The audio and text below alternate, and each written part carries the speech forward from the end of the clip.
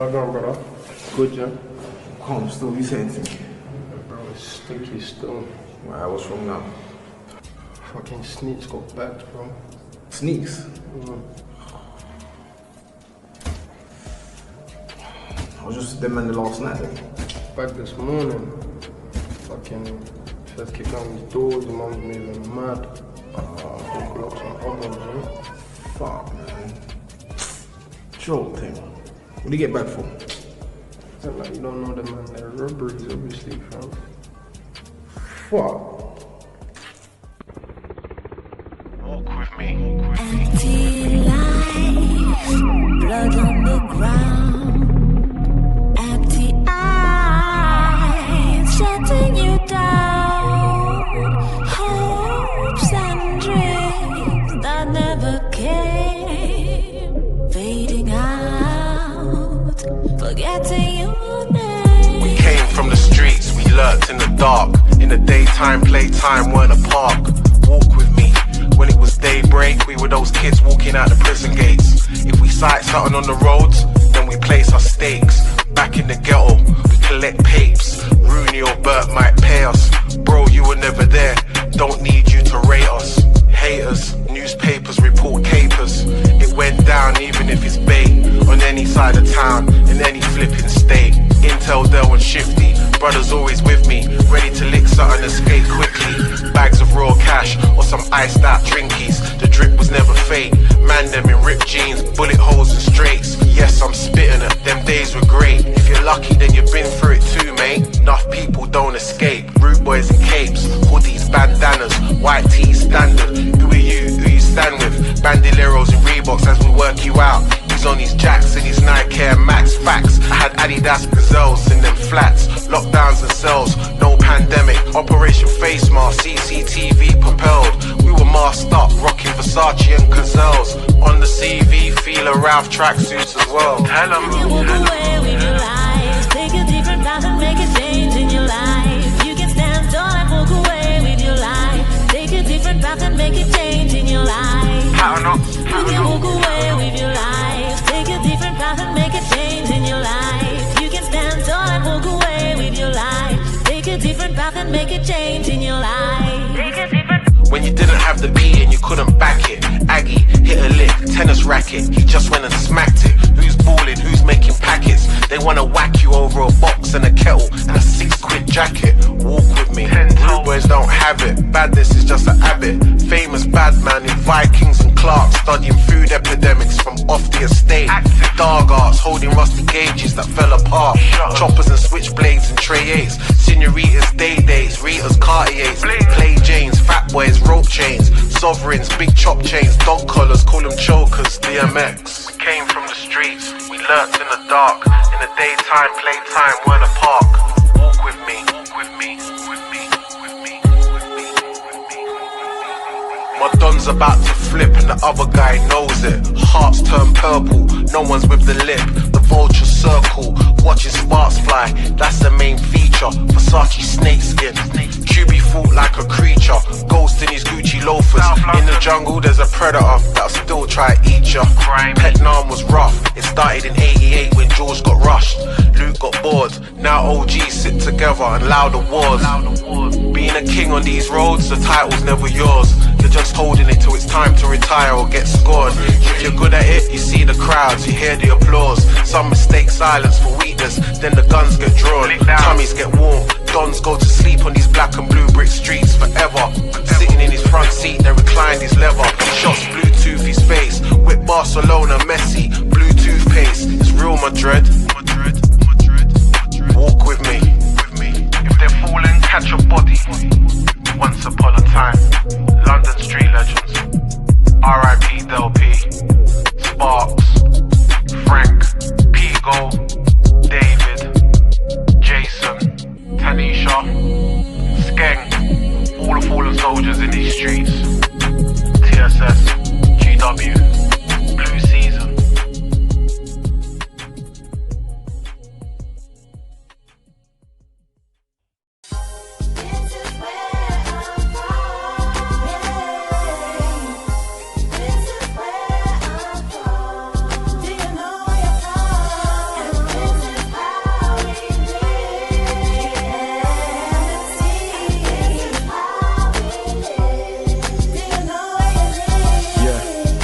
journey begins from Newcross to Elephant and Castle. The Route 53, we used it for parcels. Dope to Sims, going road for bling. Now it's everything we're cashing in.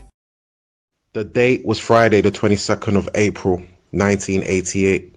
We were walking to the infamous Breakspears pub to have a meet with the others about some issues with a batch of Deptford youths. 3 of us, me, Derek and Troy. I remember that day. It was a sunny evening in Brockley. You could see the summer poking its head through the clouds, and the smell of the most potent ganja filled the air, because Troy's cousin Cassius had just landed from Kingston, Jamaica that morning, and Cassius had broken off Troy a stick of cess. So we lit up, smoked it on the road, because we could never smoke it in the yard, even though my parents smoked. So outside is where we had to smoke the most high. I inhaled and exhaled. The ganja was righteous. Trust me, it was blessed. We walked along St Norbus Road towards Brockley train station. After crossing the bridge to get to the pub, we noticed a man leaning up against the wall by the phone box outside the hostel, an Indian looking fella, some would say coolie. Anyway, we walked past him. I gave him a little screw stare, like pussy-o. But suddenly, with a Jamaican accent, he said, "Yo, Mayo, where do you have man them round here where I sell a good grade of herbs?" I instantly gave Derek the look, using my eyes to say, "Okay, is this our new victim?" Derek said underneath his breath, "Allow it." Obviously, he had taken an interest in this unfamiliar ragamuffin soldier and worked out that he was not CID or any kind of 5-0 because he was smoking some bushweed, and trust me, the smell was atrocious. It was terrible. But he looked like he was enjoying it. Derek stepped away from me and stood in front of the yardie and asked him, "How much do you want?" 5 keep it good like the one you smoke, my done. My heart stopped. I thought 5 boxes of green, yeah? Mad thing. Yeah, it was mad, because we were just 13 years old and we wasn't getting those type of deals on our table every week. Obviously, we were looking for such deals and more. We would have done almost anything in a G code to get dough. We were on the roads, and I mean we went road, swear down. Anyway, that day we met the link, just like that. Who would have thought it? But that was Brockley, and we were on the corner of the Breakspears pub.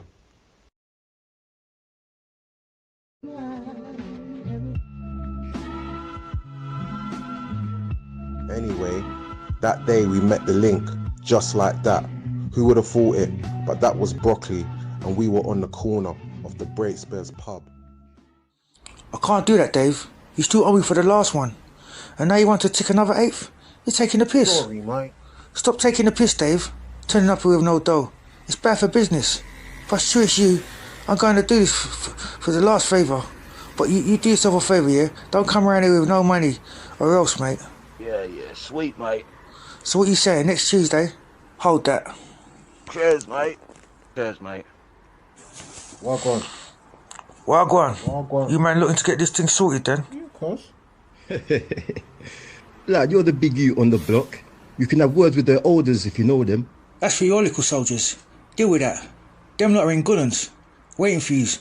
I'm sure you'll figure out. It's a local problem. Ain't nothing serious, boomer. Hey, yo, Biggs. What's good, man? Give me a shout. That was Biggs. He always knew what was going down on the corner. I don't know how he done it, but he always knew. We stepped into Goulan's. The shop was busy. The smell of onion spices and charcoal fumigated our favourite local kebab shop. Over in the corner along the L-shaped counter on the shortest side, Goose, Hector and Fives were playing the arcade machine. They were dressed like civilians in normal garms. Jeans, jumpers, colourful tracksuits. None of that dirty black on black hoodie stuff.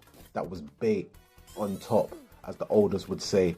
Camouflage fatigues or black on black with gloves and hoods was only for nighttime missions or bait daytime raids, because the Babylon would just pick us off dressed like that out in the open, and we didn't need them joking man down constantly. That was long, so we kept it no ID. Even that was not good enough to keep us safe from the law. Goose was pressing the buttons very hard and very rapidly while the others watched. They were laughing and mocking him as he entertained Hector and Fives.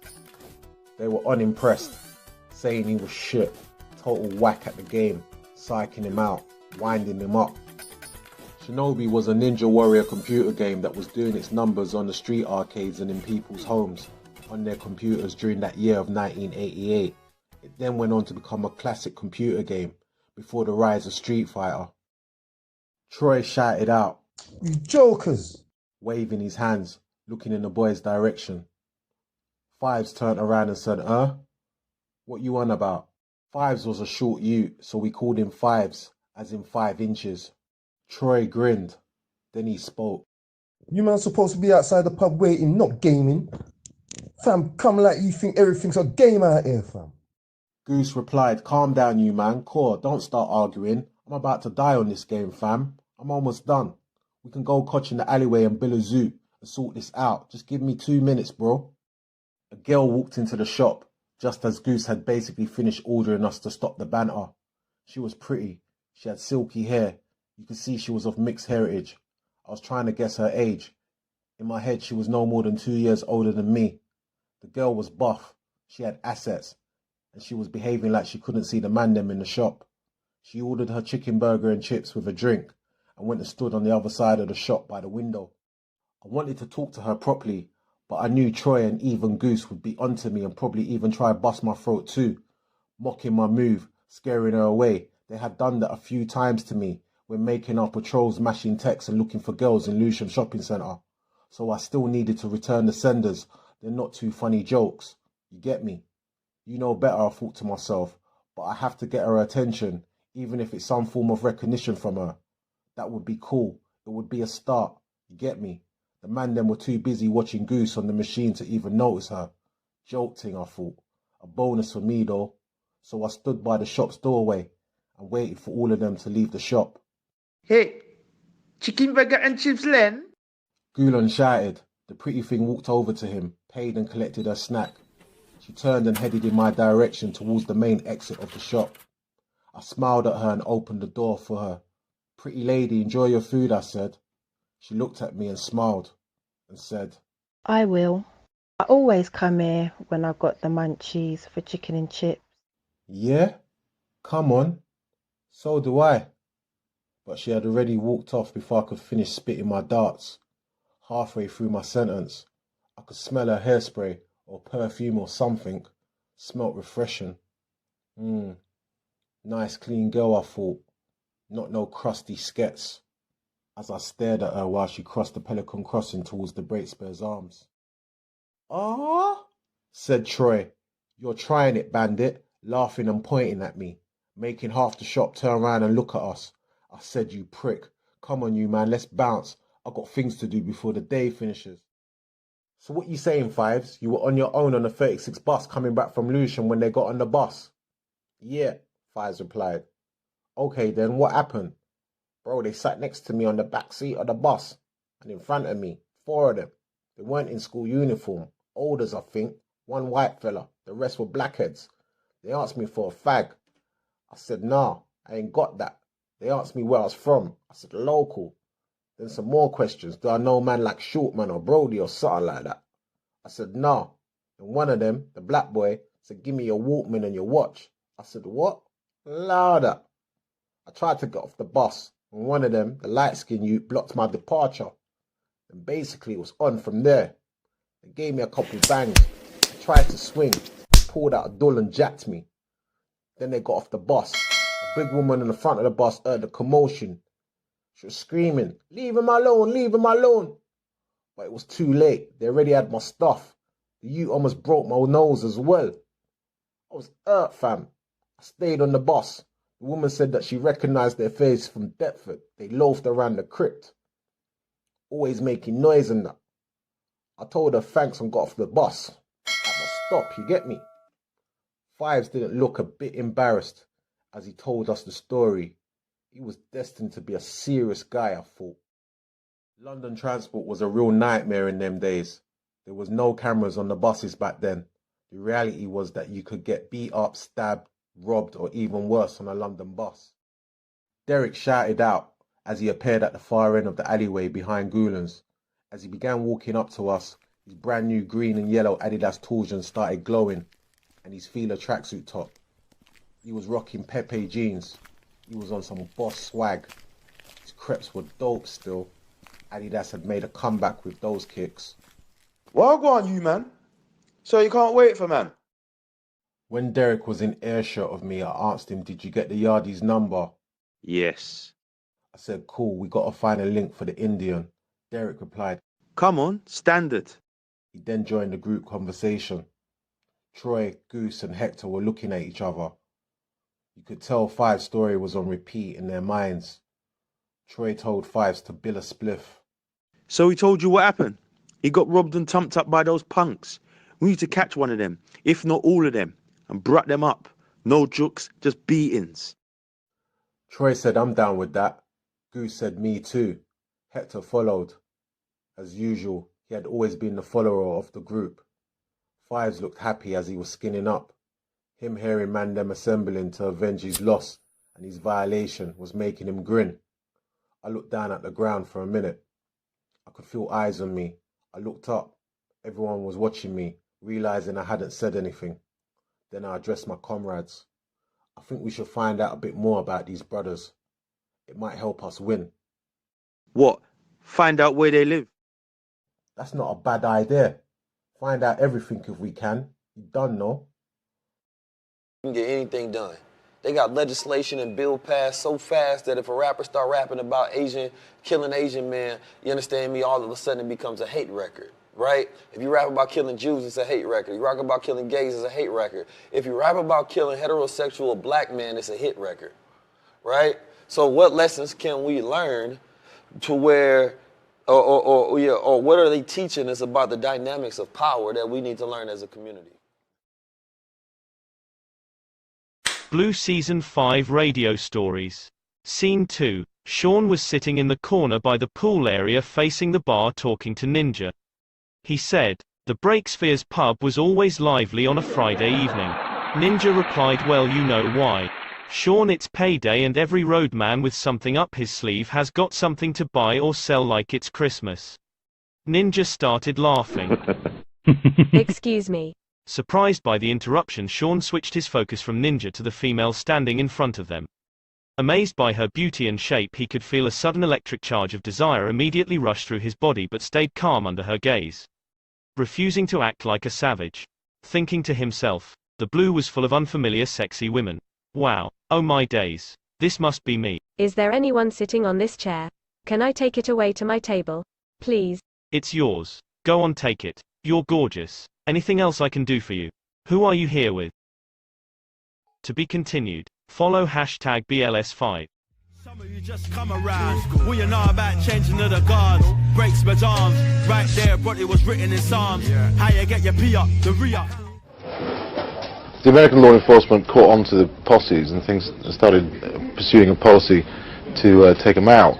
Then they would increasingly come to Britain to get away from them. It's a scene that's now become almost commonplace. Another shooting on the streets of London. Kennington on the 18th of July, and the most famous victim of the summer of violence is Radio 1 DJ Tim Westwood. His vehicle's sprayed by gunfire as he waits at traffic lights. A snapshot of Britain in the summer of 1999. Handsworth, Birmingham. Michael Sr. is gunned down as he queues up outside a nightclub. Brixton, South London. Mervyn Sills is shot dead in front of at least 50 people. Lewisham, South London. Club promoter Andy Balfour is machine-gunned to death in the middle of the day on a busy street.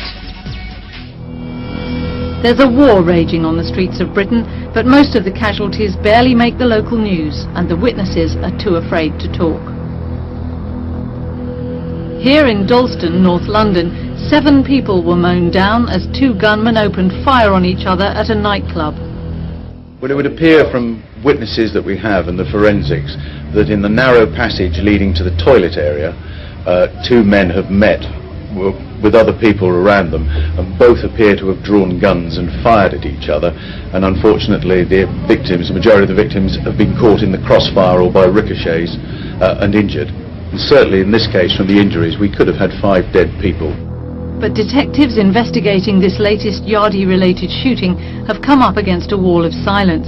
Police only found out about this incident when hospital staff told them they had treated a number of people with bullet wounds. By the time police arrived here, there was only the owner and a couple of staff members left. All the persons, and we think there would be between 80 and 90 people would have been in the basement area at the time, had all left.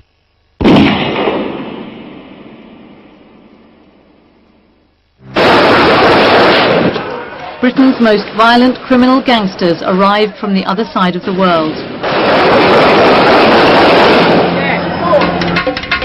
The origins of them are in the ghettos of Kingston, capital of Jamaica. And really the development goes back to political violence there, certainly in the 70s and probably even back to the 60s, which culminated in what was virtually a civil war around the elections in 1980. And you had the bosses within these, who were party hacks of one sort or another, who would then arm up various, members of the willing youth. The theory is that, this is where they got a taste for guns. They could see what guns would do. After this, a lot of people got imprisoned in the gun court, as they call it. And when they got out, they came and took over the area and kind of chased a lot of the older heads out, so that you had this sort of youth-orientated, gun-toting folk. Some of them, in turn, were chased out because they were an embarrassment by the political masters. And I say they ended up in first Miami and New York, principally. Some of them went to Canada, Toronto, and set up their drugs operations. But the Jamaican gangsters soon discovered they weren't welcome in their new home. Federal agents conduct simultaneous raids in Boston, Miami, Dallas, and 11 other cities. Their targets, Jamaican drug gangs called posses because of their penchant for Wild West-type shootouts. The American authorities pursued the Yardies relentlessly for 5 years.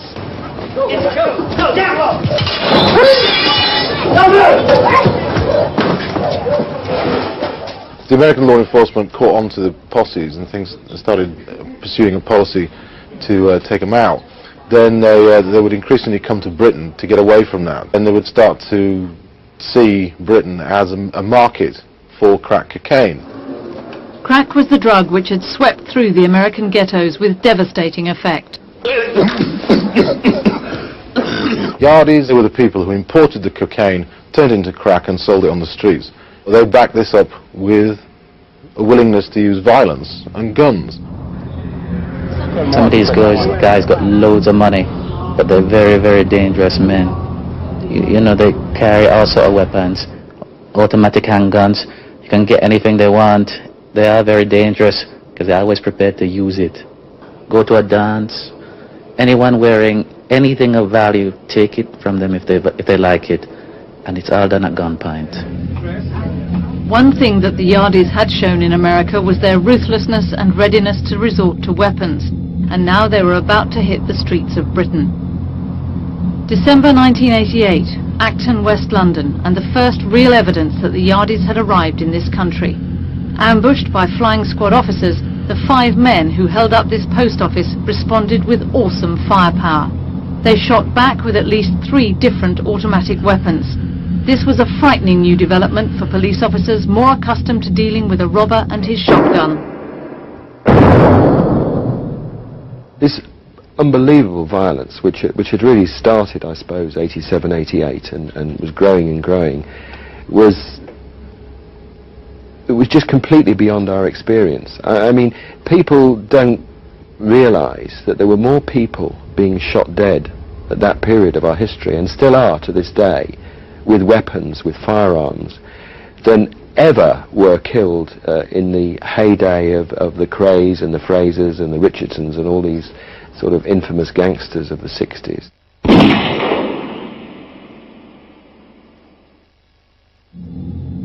This confidential Metropolitan Police report details a shooting in August 1988.